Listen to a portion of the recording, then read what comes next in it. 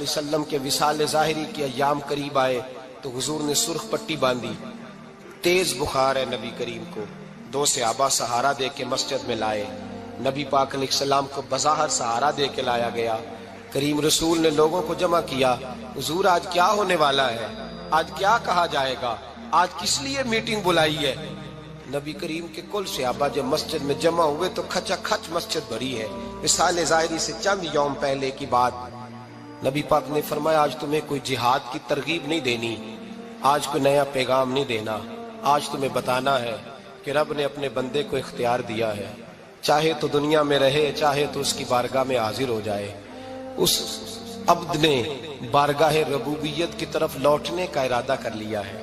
حضرت صدیق اکبر رونے لگے تو صحابہ نے کہا تمہیں کیا ہوا؟ کہنے لگے سمجھ نہیں رہے، کسی کی بات نہیں کر رہے، نبی پاک تو اپنی بات فرما رہے ہیں، اس نے جانے کا ارادہ کر لیا۔ سنیے میرے بھائی، محبوب پاک نے فرمایا بھائی کسی شخص کو میری طرف سے کوئی تکلیف پہنچی ہو تو بدلہ لے سکتا ہے، بدلہ لے سکتا ہے، کسی کو تکلیف پہنچی ہو۔ صحابہ پھوٹ کے رونے لگے، محبوبہ کرم ہی کرم ہوا ہے، رحمت ہی رحمت آئی، آپ کے بارے میں گمان کرنے والا بھی دائرہ ایمان سے نکل جائے گا۔ حضور آپ کیا فرما رہے ہیں؟ فرمایا نہیں بھائی اٹھو۔ پیچھے سے جناب عکاشہ بن محصن اٹھے، ہاتھ کانپتے ہیں آگے بڑھے، کہنے لگے یا رسول اللہ، ایک جنگ کے موقع پر آپ نے درہ مارا تھا، ننگی پیٹھ پر صفیں سیدھی کراتے، بات دل میں رہ گئی ہے، میں نے بدلہ لینا ہے۔ نبی کریم نے فرمایا بلال دوڑ کے جاؤ، فاطمہ کے گھر درہ پڑا ہے، درہ لاؤ۔ سیدنا بلال حبشی کہتے میں گیا، دستک دی، سیدہ طیبہ طاہرہ حضرت فاطمہ فرمانے لگی بلال کیسے آئے ہو؟ اماں جی وہ درہ چاہیے تھا۔ سیدہ کو تشویش ہوئی، کہنے لگے بلال نہ تو جنگ پہ جانا ہے، نہ جہاد ہے، نہ کوئی ایسا موقع ہے، حضور کی تو طبیعت مبارک بظاہر بڑی علیل ہے، درہ کیا کریں گے؟ حضرت بلال عرض کرنے لگے اماں جی ایک صحابی بدلہ لینے لگے ہیں، صاحب طبقات نے جملے لکھے ہیں، کہتے ہیں بی بی صاحبہ نے درہ بھی دیا اور امام حسن حسین کو بھی باہر نکالا۔ فرمانے لگی عکاشہ سے کہنا 100 درے مارے، ان 2 شہزادوں کے جسم پر نبی پاک کے قریب نہ جائے، میں نے 2 بچے پیدا ہی اپنے محبوب پر قربان کرنے کے لیے کیے، ان کو لے جائے۔ حضرت بلال کہتے میں 2 شہزادے لے کے آیا، اور جب دروازے میں میں لے کے پہنچا تو نبی پاک نے دیکھا تو آنکھوں میں آنسو آ گئے، فرمایا ان کو بٹھا دو، مجھے پتا ہے فاطمہ نے کیا کہہ کے بھیجا ہے۔ حضرت سیدنا بلال فرماتے ہیں درہ میں نے جناب عکاشہ کو دیا، حضرت عکاشہ درہ لے کے آگے جو بڑھے تو حضرت ابو بکر صدیق نے ان کے پیروں پہ ہاتھ رکھا، فرمایا عکاشہ میری طرف آ یار، مجھے مار درے، نبی پاک کے قریب نہ جا۔ مصطفیٰ کریم نے فرمایا ابو بکر تو ہٹ جا، اسے آنے دے۔ فرماتے میں چند قدم آگے گیا تو مولا علی شیر خدا نے میرے پیر پہ ہاتھ رکھا، کہنے لگے عکاشہ سوچ تو صحیح تو کیا کر رہا ہے؟ حضور نے فرمایا علی ہٹ جاؤ، میرا اور ان کا معاملہ ہے۔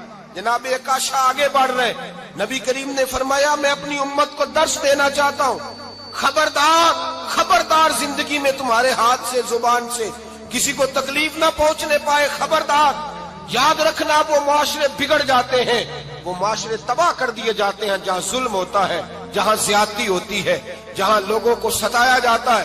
محبوب کریم کے قریب آئے حضرت عکاشہ کہ حضور میری پیٹھ ننگی تھی، آپ بھی ذرا کپڑا ہٹائیے۔ نبی کریم نے پیٹھ سے کپڑا ہٹایا، جناب عکاشہ نے درہ جو اٹھایا تو صحابہ کی چیخیں نکلی، حضرت عکاشہ نے درہ دور پھینکا، حضور کے بطن اطہر سے لپٹ گئے، چومنے لگے، کہنے لگے حضور وہ تو صفیں سیدھی کراتے لگ گیا تھا، آپ نے کہاں مارا تھا؟ یا رسول اللہ میں تو بہانہ بنا رہا تھا کہ جاتی دفعہ مجھے وجود چومنے کا موقع نصیب ہو جائے، مجھے یہ موقع نصیب ہو جائے۔ میرے حبیب نے فرمایا جس نے جنتی دیکھنا ہو میرے عکاشہ کی زیارت کر لے۔ بھائی ظلم کا دروازہ کھلا ہوا ہے اور لوگ بھول جاتے ہیں زیادتی کرتے ہوئے، وہ بہو سے ہی کیوں نہ کریں، وہ اپنے گھر کے بھول جاتے ہیں کہ شاید پوچھنے والا کوئی نہیں، شاید میزان نہیں لگے گا۔ ایران کے بادشاہ نے اپنے بیٹے کو پڑھانے کے لیے ایک استاد صاحب کا بندوبست کیا۔ استاد صاحب کو کہا کہ میرے بچے کو دین پڑھائیے، میں چاہتا ہوں کل اس نے عنان حکومت کو سنبھالنا ہے تو یہ دین سے آگاہ ہو جائے، اس کو کچھ سکھائیے پڑھائیے۔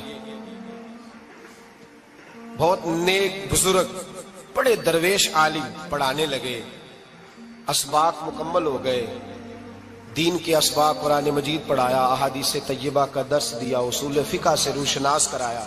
جب بچے نے مکمل تعلیم حاصل کر لی اور آمین ہو گئی، دستار ہو گئی، فارغ ہو گئے، تو پھر ایک دن استاد صاحب نے کہا بیٹے کل تم نے ضرور آنا ہے، کچھ بات کرنی ہے۔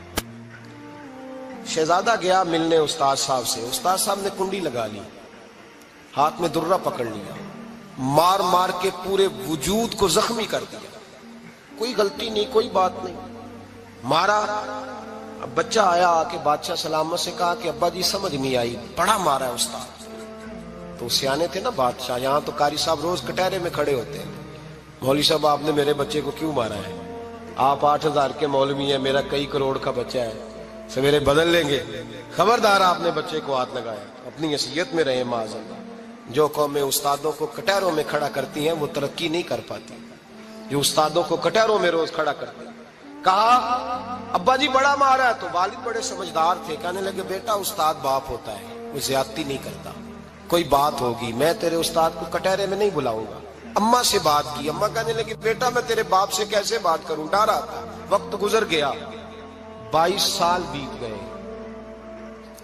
22 سال گزر گئے، بادشاہ کا انتقال ہوا، شہزادہ تخت پہ بیٹھا، پہلا حکم یہ دیا کہ میرے استاد کو بلاؤ، پہلا حکم۔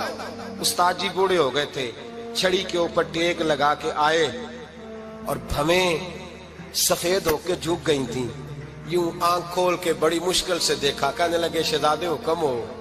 کم میں شہزادہ نہیں، اب میں بادشاہ بن گیا ہوں۔ استاد جی 22 سال بیت گئے، آپ نے مارا تھا، پر وہ درد چونکہ زیادتی کی تھی، میرا قصور کوئی نہیں تھا، تو نہ میری روح سے درد گیا ہے نہ میرے جسم سے گیا ہے، میں بے اختیار تھا، پوچھ نہیں سکتا تھا، آج با اختیار ہوا ہوں۔ سب سے پہلے پہلا حکم آپ کو دیا، بلایا ہے، بتائے کیوں مارا تھا، کیوں مجھے مارا تھا، میری زیادتی بتائے۔ تو استاد، بوڑھے استاد کی آنکھیں آنسوؤں سے بھر گئیں، کہنے لگے بیٹے بس آج کے دن کے لیے مارا تھا، یہ جو دن آ گیا نا میری زندگی میں اس لیے مارا تھا، یہ میں چاہتا تھا میری زندگی میں وقت ہے، آج کے بس میری مراد پوری ہو گئی۔ کہا صاحب کس لیے، مجھے بھی سمجھائے۔ آپ فرمانے لگے کتنی دیر ہو گئی تجھے مار کھائے ہوئے، کتنا زمانہ بیت گیا؟ کہنے لگا 22 سال۔